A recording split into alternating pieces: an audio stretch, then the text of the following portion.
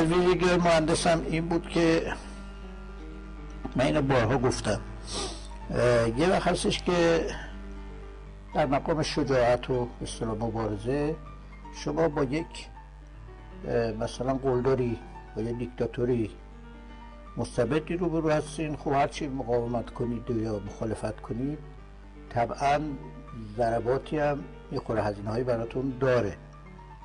این هزینه ها درسته که شما تحمل هزینه ها رو میکنید، ولی که از اون اعتبار آبروتون تو مردم میره بالا، مردم شما رو تجلیل میکنن، ستایش میکنن. اما یه وقت هستش که گفتم دیکتاتوری جو بدتر از دیکتاتوری فرد و گروهه. دیکتاتوری جو اینجوریه که اگه کسی جلوی جو بایسته همون تو خود مردم بدنام میشه و این بدنامی گاهی تا آخر عمرش هم هست، بعد از مرگش ممکنه تازه مردم بفهمن که اشتباه کردن.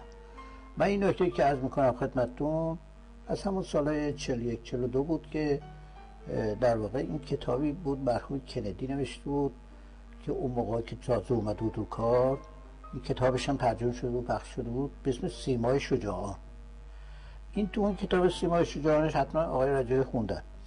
تو اون کتابش ذکر چند تا از شخصیت‌های امریکا رو میکنه که اینا در دوران حیاتشون یه نظریاتی داشتن، حرفایی میزدن و این حرف مورد مخالفت جو اون روز بود، خیلی بدنام شدن، تا آخر عمرشون دیگه همینطوری خانه‌نشین بودن و اینا.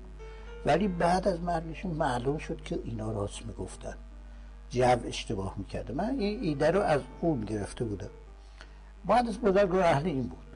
مثلا در سال 1357 که اوج احساسات انقلابی مردم بود، ایشون پنهان هم نمیکرد، همینجور میگفت که من میخوام شتاب انقلابو بگیرم، انقلاب باید بشه، رژیم هم عوض بشه یا شاه هم عوض بشه، ما تا این سنگر به سنگر بریم جلو، پله به پله بریم جلو.